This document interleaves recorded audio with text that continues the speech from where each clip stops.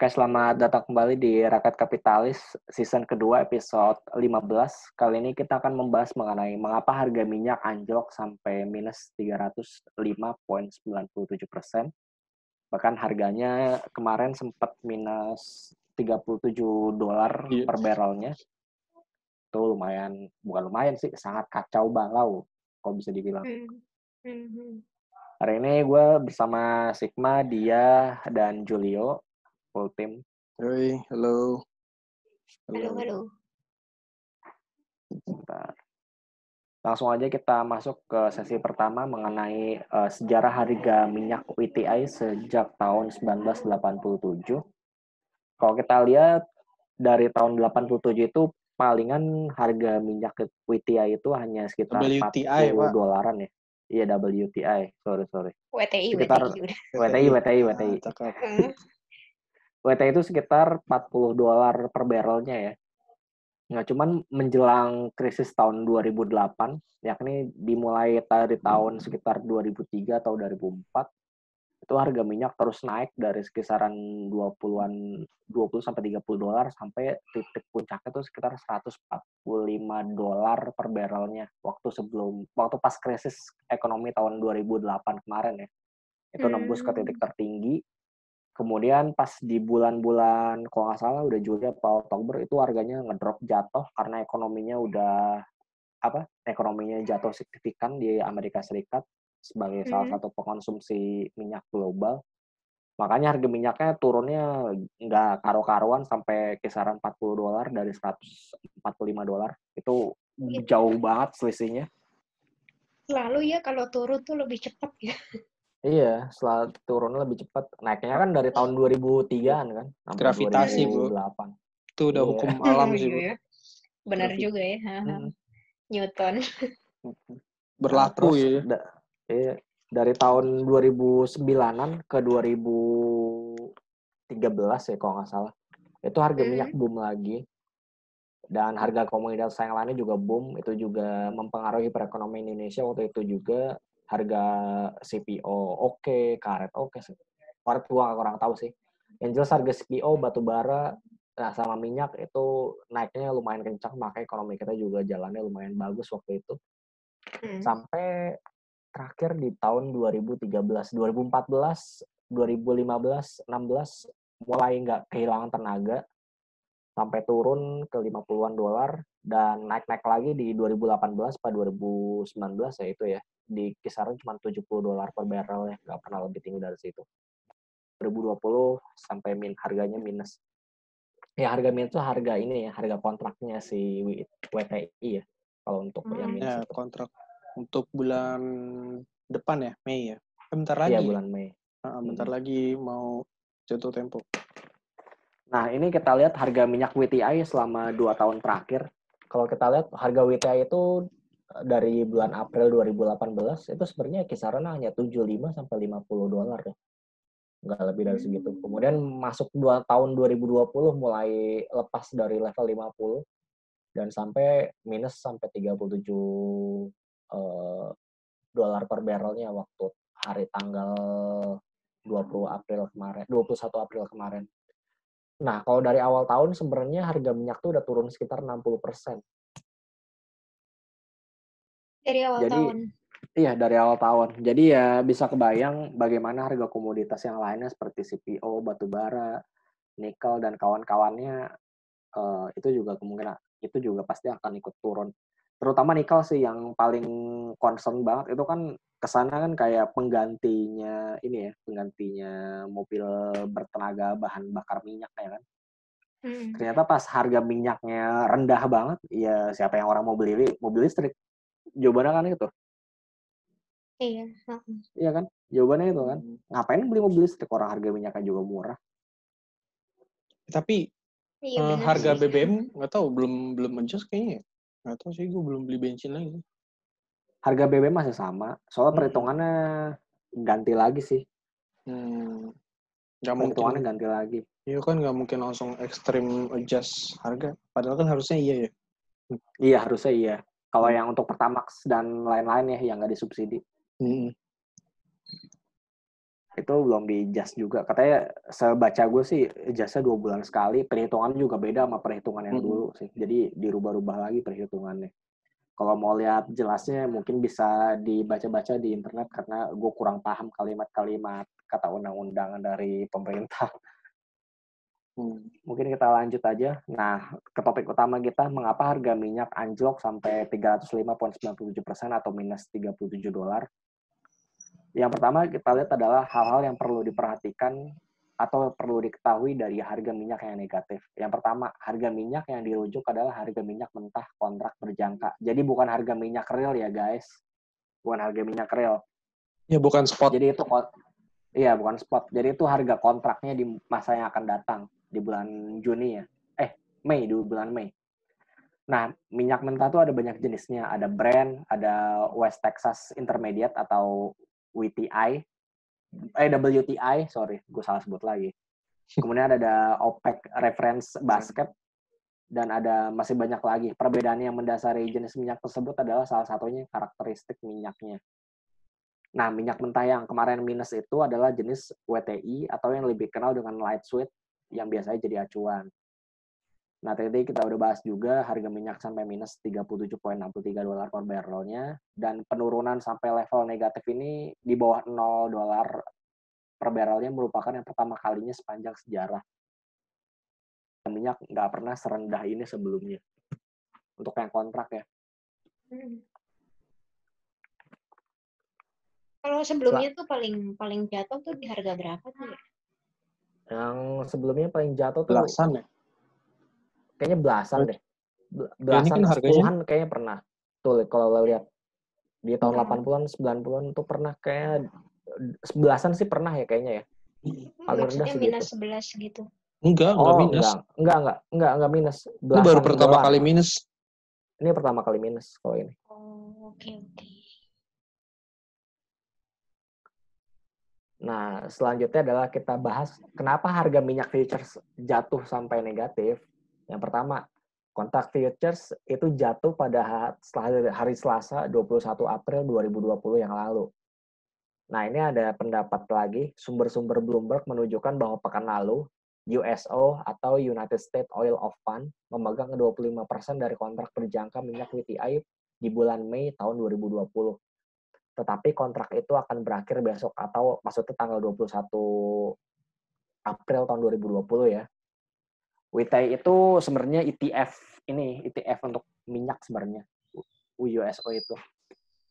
Jadi ETF kan Exchange Trade Fund. Jadi semacam kayak reksadana yang bisa diperdagangkan kan.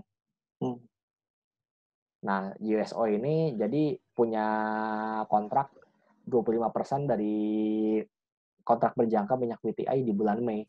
Dia jadi kayak semacam bandarnya inilah kontrak berjangkanya minyak WTI untuk bulan Mei 2020 lah, kesannya kayak gitu. Dia kan? punya 25%-nya. Iya, dia 25% kontraknya di tangan dia. 75% di tangan lain. Dan gua rasa sih nggak ada yang sebesar dia yang megangnya ya. Nah, selanjutnya kan pembeli itu harus ngejual kontraknya ini sekarang atau menerima pengiriman fisik minyak pada akhir Mei. Jadi si USO ini kalau misalnya dia nggak ngejual kontraknya, dia kemungkinan besar bakal menerima pengiriman fisik minyaknya pada akhir Mei. Iya kan? Logikanya kayak gitu kan. Kita beli futures untuk pasti kalau nggak kita jual ya kita dapat barangnya pada saat kontraknya itu habis. Tentu saja ETF seperti USO itu yang berurusan dengan barrel kertas. Maksudnya barrel kertas tuh dia bukan fisik gitu. Bukan fisiknya ya. Nggak ingin kontraknya mengambil. Gitu. Iya, kontraknya doang. Jadi cuma trading doang, trading kontraknya trading doang. Futuresnya doang, trading kontraknya doang. Jadi bukan dia trading fisiknya, dia nggak perlu fisiknya. Karena dia nggak pengen ngambil fisik si minyaknya itu dalam jumlah berapapun dari minyak, bahkan jika mereka dapat menemukan tempat untuk menyimpannya. Hasilnya, mereka harus membuang minyak mereka dan mereka harus melakukannya sekarang berapapun harganya.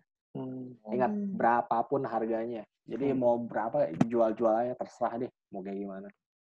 Dan bagi mereka yang biasa bersedia menerima pengirimannya seperti kilang minyak dan maskapai penerbangan telah memastikan bahwa mereka tidak ingin minyak kontrak Mei ini juga.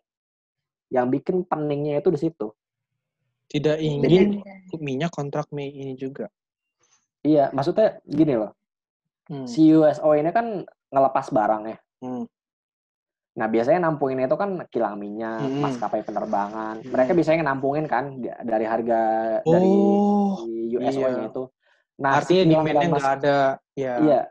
Iya, si kilang dan maskapai penerbangan ini juga nggak mau megang barangnya. Iya, orang intinya lagi itu lockdown gitu kan. Iya, ini intinya kan gini. Intinya terjadi karena banyak perusahaan yang menghentikan kegiatan usahanya. Jadi, gue ngapain beli minyak orang usaha gue nggak jalan? Iya kan? Kesana kan kayak gitu. Terus kalaupun mereka kayak maskapai penerbangan dia beli, mau nyimpannya di mana? Itu kan pertanyaan selanjutnya. Orang pesawat aja nggak jalan. Iya. Dia kalau misalnya mau nyimpan, dia berarti harus nyewa storage lagi kan? Kalau ke depannya. Ya, make sense. Make sense kan? Ini emang nih gue oke sih. Ini kalau mau baca-baca bisa di oilprice.com, tulisan dari Ibu Julian Jaeger. Kalau gue nggak salah baca ya. Nah, lalu bagaimana selanjutnya? Harga minyak negatif tidak berarti mematikan industri minyak. Tenang aja, industri minyak akan tetap jalan. Bukti bahwa USO dan ETF lainnya berada di belakang kejatuhan hari tanggal 21 kemarin, itu dapat dilihat dari meli kontrak bulan Juni tahun 2020. Yang meskipun turun tajam, tapi hanya turun tajam dalam double digit, bukan triple digit. Alias kontrak di bulan Juni 2020 itu masih harganya sekitaran $20 per barrelnya, nggak nyampe negatif. Terakhir 14 kalau nggak salah, tapi udah turun lagi. Terakhir 14 ya, udah turun ya. Nah, jadi itu kan yang anjlok itu kan harga kontrak di bulan Mei kan, bukan yang Juni. Untuk yang Juni masih di level $20 per barrelnya. Nah, kalau misalnya di kontrak Juni ini masih diperdagangkan di atas $20 per barrelnya, walaupun harga itu nggak bagus, tapi masih lebih tinggi $40 per barrel daripada perdagangan futures untuk bulan Mei. Iya nggak?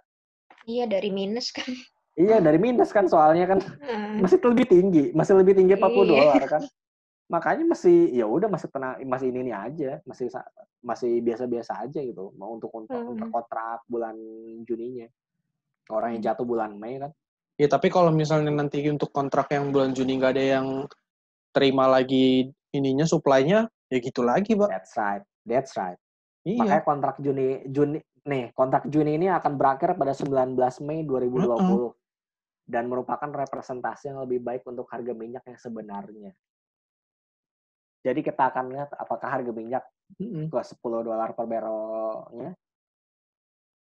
Kita nggak tahu. Tapi kan si Donald Trump ini kan beli kan? Iya, dia beli minyak. Dia buat apa sih? Buat cadangan dia juga. Iya, buat cadangan dia sih.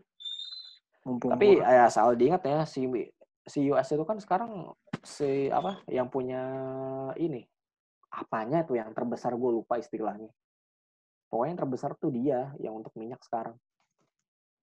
Entah kilangnya atau apanya, gue agak lupa itu. Dia yang produksi Shell Oil itu kan yang kayak apa ya, alternatif. Alternatif. Iya. Alternatif apa gitu. Energi. Jadi intinya adalah kalau untuk selanjutnya untuk harga minyak ya kemungkinan besar di kisaran $20 sampai $10 ya kalau misalnya dari harga sekarang kita ngacunya. Iya nggak? 20 sampai 10. Iya, atau ada acuan lagi mungkin $1. Enggak deh, segitu aja. Iya, kemungkinan besar segitu kan kira-kira harganya. Nah, karena kita udah bahas mengenai prediksi harga minyak yang menurut ya perkiraan ya kira-kira antara $20 sampai $10, kita langsung lanjut ke market preview. Untuk market preview masih sama resistan ininya di 4976. Belum ada perubahan. Jadi kemarin siapa tuh yang nebak di 4.594 atau 4.600? Ada yang benar nggak kemarin? Sigma ya? Sigma kayaknya. Ya. 4447 kalau nggak salah kemarin. Iya, ya masih dalam range. Iya, masih di range. Masih di Sigma. range. Sigma yang Itu udah berubah minggu ini ya? Iya, udah minggu ini. Mm. Nah, supportnya masih di 4.400. Kalau hari Jumat besok ini turun, apakah akan memantul ke 4698 dan seterusnya? Sekarang trennya Jumat lagi naik, Pak. Iya Jumat ya. lagi naik Ya ya. kan? Jumat Kemarin lalu tuh 2% ya kan? Yang lu semua Masa? yang Iya. kita kan rekaman Kamis. Lu bilang semua besok naik nggak hari Jumat? Gua doang yang bilang naik gitu. Lo sama dia. Iya kali ya. Lo sama Enggak, dia. Gue buat sama. yang sehari doang yang kan kita Iya, bikin prediksi yang kan sehari doang. gua tuh besok rebound atau enggak, terus yang minggu depan berapa gitu kan. Terus yang hari Jumat itu gue bilang naik. Nah, emang bener naik kan. Tapi posisinya Senin sampai hari Rabu lah ya, mungkin tengah-tengah turun. Ya? Nah, sekarang kan naik-naik nih. Gak tahu sih ya. Kalau menurut gue sih turun. Antara hari Jumat turun, Senin naik lagi. Kalau menurut gue sih gitu. Tapi kayaknya Senin naik tuh sampai mungkin ke 4698 kali. Gue nggak tahu deh. Tapi kalau pakai teorinya itu selama nggak tembus 4.400 ya. Ini kayak bentuk wave apa gitu. Iya, gue nggak tahu lah. Gue nggak begitu apal. Pokoknya intinya begitu deh. Makanya gue kasih tanda tanya kan di sini. Apakah ini sesuai teori apa gimana? Gue nggak ngerti deh. Intinya selama nggak lepas dari 4.400 kemungkinan valid ya teorinya. Kemungkinan valid teorinya. Kalau menurut gue ya. Kalau ada pendapat lain mungkin gimana? Iya, masih di sini-sini aja kayaknya nih. Satu ya bingung sih. Dia mau ke atas juga kayak belum kuat. Gitu. Bentar deh. Itu laporan keuangan submitnya 30 April apa dimundurin ya? Nah, kemarin tuh udah ada beberapa yang ini ya. Terus rata-rata tuh kayak apa sih? Kemarin gue sempet lihat SMGR atau apa tuh malah bagus-bagus kok. Terus ACES ya? ACES juga udah keluar. Iya naik malah, iya bener. Kuartal pertama maksudnya? 2019 kalau hardware 2019. Maksud gue yang kuartal pertama.